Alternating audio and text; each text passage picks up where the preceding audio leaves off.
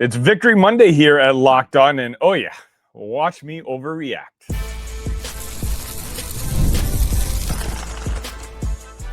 You are Locked On Illini, your daily podcast on the Illinois Fighting Illini. Part of the Locked On Podcast Network, your team every day. Welcome one, welcome all to another edition of Locked On Illini. Thank you all so much for making us your first listen each and every day. Today's episode is brought to you by FanDuel. Right now, new customers can bet just $5, and if your bet wins, you'll get $300 in bonus bets to use across the app. Download the app today. My name is Verma, your host here at Locked On, where I continue to provide you coverage each and every day. I ask for nothing in return. Everything you see and hear is absolutely free. But if you'd like to feel a little generous, if you don't mind, hit the like on this particular video. Make sure you're subscribed to the channel. And listen, if you're watching this on YouTube, do me a favor. If you can go on the audio side and also subscribe to me on that side as well, as I'm trying to continue to grow on the audio side. So today, we're going to talk a little basketball because, ladies and gentlemen, it's back. Illinois basketball is officially back. Okay, technically exhibition basketball, but it's still orange and white jerseys. It's still Brad Underwood pacing like a caffeinated linebacker, and it's still me yelling, why did we foul a three-point shooter at my television? The Illini beat Illinois State 92-65, and go ahead, I get it, roll your eyes and say, Sonny, it's just an exhibition. I hear you, and I agree with you.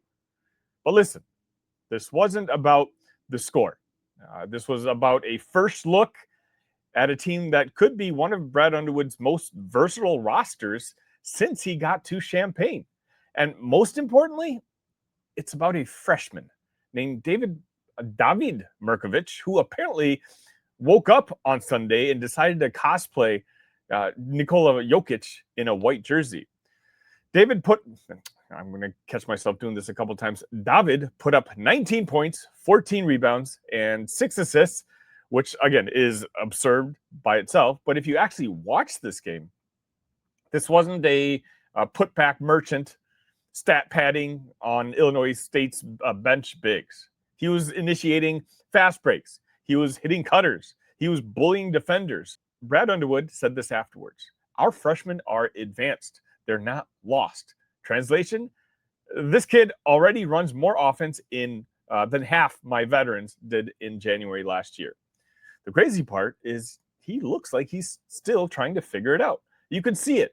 A half beat late on a pass here, maybe a rushed jumper there, and yet he still put up near 20 and 15 on a casual Sunday cardio day. And it's not about the debut. It's more about a statement. Illinois hasn't had a freshman look this polished since what? Maybe Iowa's first couple games? And when Mirkovic says things like, it'll get even better when Jokić and Petrovic are back because they can do the same things better than us, I don't think that's false humility. I think that's a kid casually dropping a line that should, quite honestly, terrify the rest of the Big Ten. Because it wasn't just Mirkovic. It was also Zvonimir Ivišić, who looked like the world's most cheerful 7'2" stretch four. He hit threes, he ran the floor, and yes, he dunked in transition and hung on to the rim way too long. Obviously, he hasn't watched enough Illini tape. He should know the refs don't allow us to do that. He got a technical for it, but they joked around about it afterwards. David said that wasn't a technical in Europe, so he didn't quite understand what the big fuss was about. Brad didn't even get mad at that dunk. He just told him, quote, keep playing, but stop doing that. You know you're talented when Brad Underwood responds to a technical foul with, that's still my guy. Between Mirkovic, Zvonimir, hopefully soon to be active Tomislav, this Illini roster feels like it was assembled by me playing as a GM, playing NBA 2K, who filtered the recruiting search to Serbian and has to be a 7-footer who can pass. There's a reason Brad Underwood's smiling, guys. And there's a reason you caught Brad Underwood smiling a lot on Sunday. Illinois isn't just very big. They're skilled. It's modern basketball size. 6'9" guys who are moving around like guards, who can lead fast breaks and whip one-handed passes like they're flipping pancakes, but don't let the freshman hype overshadow the vets. Kylan Boswell looked like a grown-up in that game. His numbers weren't too show-offy, but he looked like he controlled the room. 14 points, 6 assists, barely broke a sweat. It's not, again, flashy. It's just calm, smooth basketball. You can see it, how the offense flows through him. There's a maturity, a poise. He's like that one friend who actually uses their GPS correctly while everyone else is yelling, turn left, go right. No, the other left. And then there's Ben Humrichous, who brought what Brad called booty ball back. Again, Brad's words, not mine, but I got to be honest, the man's not wrong. Ben looks stronger, more confident, backing defenders down, and that low post physicality is exactly what Illinois was missing when games turned grindy last year. Brad said he wants more of it. I'd love to see him take advantage of mismatches and get to the foul line more, he said. Basically, he's saying, Ben, you're 6'9", and you're built now like a small SUV. Stop fading away all the time like you're Steph Curry. And just keep in mind, in that victory, Illinois was missing a lot of dudes. No Tomislav Ivišić, no Andrej Stojakovic, no Mihailo Petrovic. And of course, Ty Rodgers is still recovering from his injury. That's basically half the rotation that was gone. And yet, Illinois scored 92 points, shot over 50%, and had 18 second chance points, thanks to 14 offensive rebounds. If this team was shorthanded, imagine what they're going to look like at full strength. Brad said it himself. I like what we're doing now, and I can't wait till I get those guys back. This team has an incredibly high ceiling. You know what else stood out? Pace. Illinois looked really fast. It wasn't chaos fast like the early Brad Underwood teams. It was a controlled, confident pace. Get the rebound, hit the outlet, sprint lanes, find a shooter. They outscored Illinois State 15-3 in fast break points. And honestly, it looked and felt effortless. And defensively, that big lineup between Mirkovic, Humrichous, and Zvonimir looked like something out of a medieval castle defense. Brad did say he was most pleased with the first half defense, and for a good reason. Illinois held ISU to under 28% from deep and forced 13 turnovers, which is exactly how this team is going to win big games. Defend, rebound, and get downhill. Let's get back to the kids for a second, though, because Brandon Lee, he deserves his flowers, too. He went 5 for 5 in the second half, finished with 17 points. And in that second half, he looked like that dude, especially for a 6-minute stretch. Because let's be honest, we all love a good off-the-bench heater guy.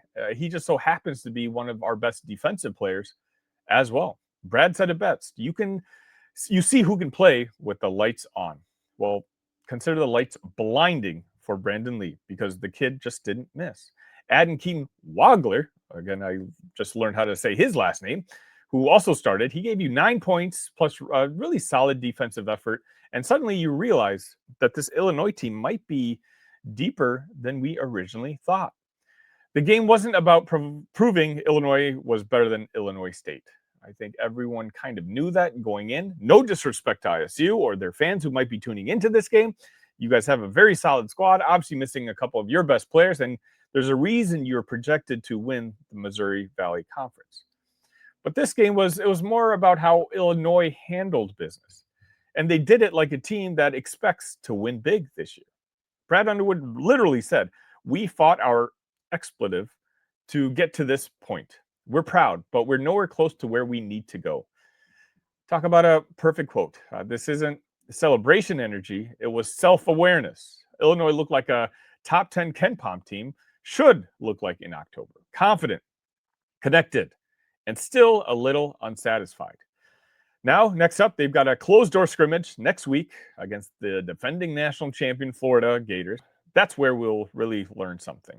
Florida has a massive athletic front court, the kind of test that tells you whether Mirkovic's playmaking holds up against NBA caliber size, or whether Zvonimir can defend in space without racking up those early fouls. You won't see this game on TV, but you know the staff is going to be taking notes on this. And if you're an Illini fan, this exhibition was exactly what you hoped for. You saw freshmen shine, the vets steady the ship, and the European bigs make it all look like an art exhibit. Sure, there were mistakes, but nothing too alarming. You leave this one thinking, hey, this team might be pretty deep. You leave this game thinking, hey, this team is pretty skilled.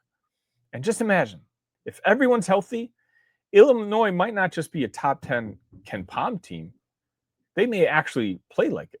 Because when your biggest problem after a 27-point win is we may have had too many highlights that led to technicals, that's the kind of problem every coaches wish they have. Now, this was my attempt at a level-headed, professional recap of what I watched on Sunday.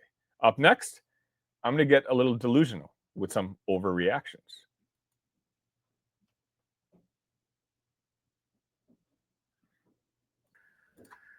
The NFL season is here, and FanDuel has an offer you don't want to miss. Right now, new customers can bet just $5 and get $300 in bonus bets if you win. That's right. Pick a bet, put down $5, and if it hits, you unlock $300 in bonus bets to use across the app. Whether you're a single game parlay guy, whether you bet overs and unders, or maybe player props, whatever you like to bet, don't worry. FanDuel can take care of it. Whether you're a casual fan or you love diving deep into the stats, FanDuel makes the game day experience so much better. So what are you waiting for? Visit FanDuel.com to download the FanDuel app today and get started. One of the tools that help make a huge difference for business owners is Co, formerly OpenPhone. It's the same great business phone system you've heard me talk about before, just with a new name. And here's why it matters. Every missed call is money left on the table. When every customer conversation counts, you need a phone system that keeps you connected 24/7. Quo is the #1 business phone system that streamlines customer communications. It works right through an app on your phone or computer, so no more carrying two phones or relying on a landline. Their built-in AI agent is a game changer. It can answer after-hour calls, capture leads, and keep business moving even if you're off the clock. Whether you're a solo operator juggling everything or part of a team, Quo makes it easy to stay responsive and professional. See why over 90,000 businesses trust Quo, formerly OpenPhone. Get started free and get 20% off your first 6 months at quo.com/lockedoncollege. That's QUO.com/lockedoncollege. And if you've got existing numbers with another service, Co will port them over for zero extra charge. Co, no missed calls, no missed customers.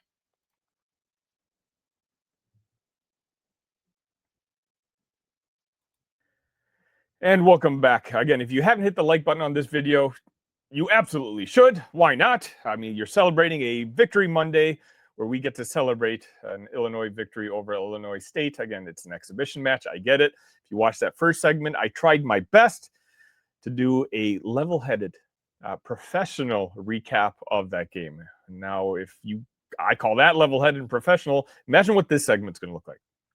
This is my overreaction theater that I'm about to have. Now, yesterday meaning Sunday, I recorded in the morning a preview of the Illinois State game and what I wanted to see. And I said that if I got 50 likes by the end of the video, that I would do a recap immediately afterwards. And you guys hit like 75 before the game was over. So you did your part. I did not do mine. And that's a hand up, my fault. I'll provide an extra video for you guys at some point this week. But I'm going to pretend like that game just ended. Because my everydayers in here know that usually I do post-game live recaps immediately after the game, and I call that a therapy session, or we celebrate together, but you are allowed to have takes for 24 hours that you don't necessarily stand by.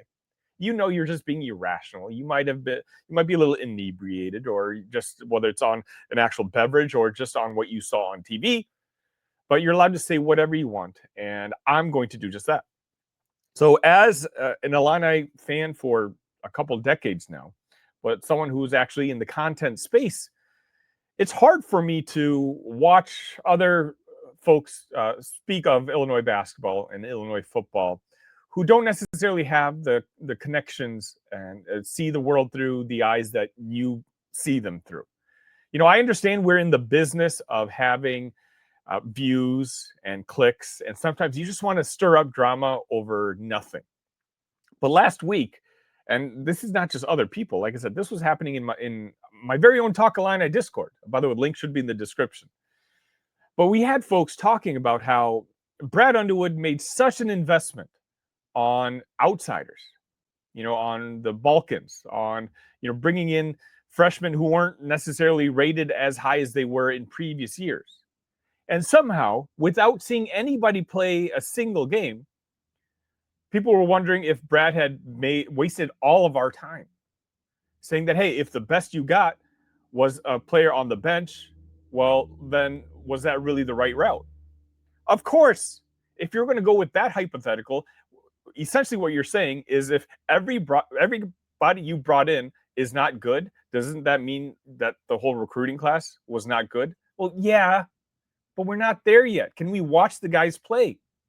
Sunday, we did. If you're an everydayer in here, and if you're in my Talk Illini Discord, I share nuggets. I tell you that David Mirkovic has looked like this all summer long. He has been arguably the standout when it comes to the coaching staff. And this is not just me saying it. Obviously, I'm not in the gym watching this. But guys, I know people in the gym watching this. So when they relay this information to me, and I say it on this show, it's not just me fanboying. It's me telling you, hey, I think we have something. And again, I try to do my best to not overhype. But at the same time, when I see other people trying to, talk down on a situation when they don't know what's happening, it kind of drives me crazy. David Mirkovic, again, sorry, this is going to take a couple times for me to get that right. Obviously, he looks like he could be an absolute star. Now, I'm kind of kicking myself because you guys do know that I like to do flag player episodes. And, David more than likely probably would have been mine. But now I feel like I'm late to the party. So when I do my flag player episode, more than likely I'll probably pick someone else. I plan on doing that episode maybe later this week or the next week. But David is a guy who I was very high on from the beginning. And you know that if you are a frequent watcher to this show. I thought maybe by the end of the season, regular season, the Big Ten season, that he might have developed enough at that point to make it into the starting lineup at the power 4 spot. But again, there's a reason that I haven't really been concerned about the bigs on this team. I know we have legit talent up there between both the Ivišić brothers and David and Ben Humrichous, who looked better on Sunday. The team up and down is a very talented basketball team. And we saw even a kid who many people didn't expect much of this year, Brandon Lee, show up and be quite honestly, the best player for a 6-minute stretch in that second half on Sunday. Keep in mind, all of this without Mihailo Petrovic, without Tomislav Ivišić, without Andrej Stojakovic. Those 3 guys could very well be the 3 best players on this basketball team by the time this team gets rolling. And I mean that. And, no disrespect to Kylan Boswell. Obviously, we're very pro Kylan here. But there's a scenario where Ivišić, Mihailo, and Andrej are maybe your 3 highest scorers. Now, I know, Mihailo's role looks like it's going to be a little bit different than what we originally projected. But I've said it before, too. I'm very high in Petrovic's game, too. I trust my eyes. I trust what I've seen. And it might be a slower start, but I think by the time this team gets rolling with a veteran leadership on this team, this is a very mature basketball team. And I'm not just meaning in age. Think about it. One of the reasons I was so high on David was me saying, hey, keep in mind, this is a kid who at 19 years old, he hasn't been playing AAU ball here. He hasn't been playing high school basketball here locally. No. He's been playing European ball. He had better numbers for the same team that Tomislav Ivišić played for. He's a legit player in really tough environments. So, I mean, maybe a step up in competition for him when he comes to play in the Big Ten Conference, but it's not going to be the big jump that other freshmen in the country are going to have to go through, who go from domestic high school basketball to the Big Ten Conference. His jump is going to be a little bit smaller. Now, that's not to say he's not going to struggle. All big men struggle. All freshmen struggle. Last year, Kasparis was being talked about as a potential All-American in the first half of the season. And I kept saying, you know what? I hope a second guy steps up at some point, because we know KJ is going to hit a freshman wall. He absolutely did. And David's not going to be posting 19 and 14 every single night. But you know what? I'm not even going to say that. This is overreaction theater. So I'm basically, what I'm trying to say is this team is talented. Like legit talented. Like maybe as good as a Brad Underwood team has ever been talented. Maybe there isn't that star player on the team right now. Maybe we don't know who that Io is. We don't know who the Kofi is, who the Terrence Shannon Jr. is. Maybe we don't even know who the Will Riley or Kasparis Yakushonis is. But just because we don't know these players yet does not mean that we need to assume that there isn't one. There's time. I think David Mirkovic is going to be one of the best players in the Big Ten Conference by the time his season is done. I have a hot take for you. If you're in the Discord, you already know what it is. But I'll probably do that episode sometime later this week. Just a full episode of hot takes. Speaking of which, if you have one, let me know in the comment section. I might read it off on that episode when I record. But what I'm trying to say is this is an overreaction segment. And I understand what I'm saying. Everything here is supposed to be positive. But for a second, I'm going to turn that off. I'm being legit when I say I'll repeat myself. This team could be the best Brad Underwood team and have maybe not the best regular season record, because I think this team is going to struggle out of the gate, mainly because of cohesion purposes, right? That Texas Tech game, I believe that's the third game on the schedule. That's going to be rough. Texas Tech is a very good basketball team, and I'm just worried that Illinois, we're going to get off to a pretty decent start because we play nobodies and we get excited about games like Mirkovic and Lee just had, and I fully expect Keaton Wagler to get better as the season progresses. But that Texas Tech team is, I think, going to be a little bit too good too early for Illinois, and I can see Illinois dropping that one. And again, the non-conference schedule, hopefully, it looks like Andres is coming back soon, right? For those of you who are on social media, he was practicing, and it looked like, if you hadn't told me he was injured, I wouldn't have assumed he was. Now, if Sunday's game was a Big Ten game, would he have played? Maybe. If, Sunday was an Elite Eight game, do I think he would have played? Looked like it. But we do want him back on the floor, because we want him, Mihailo, and Tomislav to be back on the floor, because we got a glimpse of the future of this team on Sunday. But just imagine when maybe your top three players, I would say at the very least, could be three of your four best players who didn't play. Guys like Tommy Ivišić, who, in my opinion, has the potential to be an All-American at the 5 spot this year. Andrei Stojakovic may be your best overall player on the team when you combine both offense and defense. And then you have Mihailo Petrovic, the wild card, the guy who I have been staking my claim on all offseason long. And again, I understand the role might be a little bit different, but I think you guys are going to like what you see once he does make it on the court. And again, it might take some time for them to adjust and putting him in the lineup. But I think that Brad and that coaching staff is smart enough to eventually figure it out. Maybe that's by the time the beginning of the Big Ten season, maybe middle of the Big Ten season, or maybe at the end of the Big Ten season, like last year, when we realized how well Tommy and Will Riley worked together. I don't know those answers. But I will tell you is trust Brad Underwood. If there's one thing he does pretty well, it's build rosters. Stop having opinions that are completely baseless when you haven't seen a minute of these people's tapes. Yeah, anyone can create a scenario and say, hey, if you recruited 4 guys and all 4 guys weren't good, doesn't that mean that class was not good? Sure. But is there any analysis behind that? I don't think so. Just be patient. Basketball season has unofficially started. Illinois has one of the deepest teams that they've ever had. How good are they? Well, we're going to find out. Season starts in just a couple of weeks.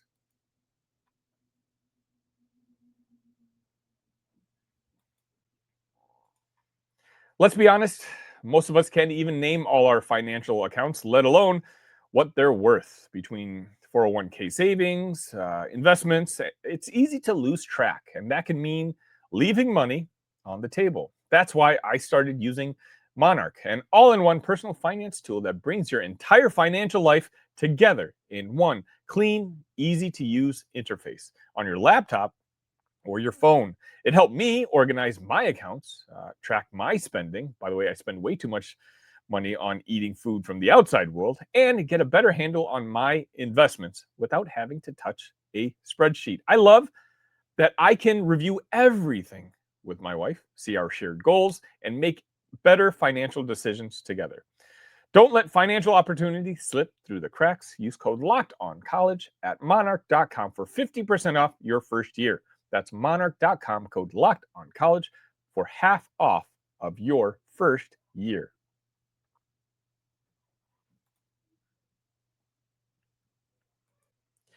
And welcome back. I wasn't the only one with overreactions. I asked the Talk Illini community to give me your biggest overreactions from Sunday's victory. And Drew, friend of the show, says, David is a first-team All-American at some point in his collegiate career and may even win National Player of the Year.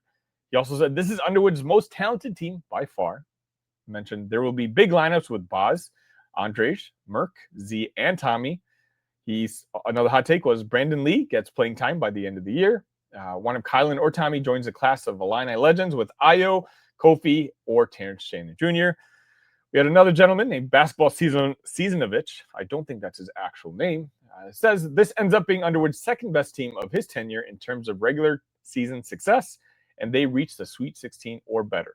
Also said Boswell makes first team Big Ten all defense. Tommy and Andrej are first or second team all Big Ten, and Wagler has a nice year, makes the all freshman team. Also, not all were positive. You mentioned Jake Davis ends up being cut out of the rotation, just too many guys in front of him. Then also Dame Sar from the Talk Line in Discord. I don't think it's the actual Dame Sar, but I can't prove otherwise. So his predictions were Z ends up being a better transfer addition than Andrej. Mirkovic wins Freshman of the Year. Big Ben Humrichous shoots 40% from three. Boswell wins Big Ten Player of the Year. This team has 2 All-Americans. And Z falls out in 20% of the games he appears in. Wagler plays more minutes than Petro. Again, I want to hear your guys' immediate overreactions. No one's bound by your opinions after this, at least in this 24-hour period. So let me know in the comment section what you guys think. I did want to say a special congratulations to Ben Humrichous. Ben Humrichous proposed, and it looks like he's going to be, he had just gotten engaged to fiance Adalia McKenzie, who those of you who follow the women's basketball program know. She just finished graduating. She was a 4-year player for the Illini team. So hopefully, we wish them the best of luck in the future. And if they were to produce offspring, they can come up with a super basketball player who is also interested in donning the orange and blue.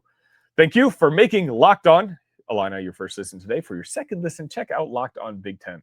Craig Shimon breaks down the most exciting conference in college sports, from the rivalries to the championship and every game in between. Find Locked On Big Ten on YouTube or wherever you listen to podcasts, part of the Locked On Podcast Network, your team every day. That's going to wrap it up for today. Going to have so much content for you this week. We're going to keep talking about Illini basketball, what I liked, what I didn't like. And you know what? The bye week is over for football. So we're going to be previewing the Washington Huskies, a must-win game with a lot of potential playoff implications. So make sure you don't miss a thing. Make sure you're subscribed to the channel here. Make sure you've hit the like button on this particular video. And until next time, ILL. Love you guys.